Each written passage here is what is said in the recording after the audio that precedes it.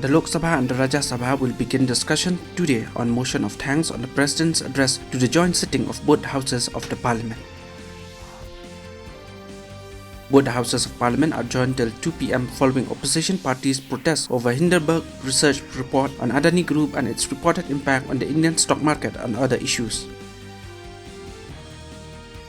Union Minister for Ports, Shipping, Waterways and Ayush, Sarbananda Sonowal, inaugurates the first Sustainable Financial Working Group meeting under the India G20 presidency today in Guwahati with the theme One Earth, One Family, One Future and with the motto Vishu Divya Kutambakam.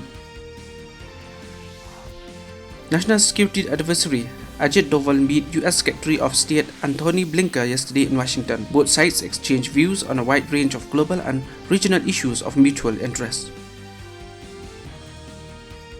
Chemicals and Fertilizer Minister Mansukh Mandavia has lauded the union budget for an increase of 11.5 times in budget allocation for the pharma industry this year.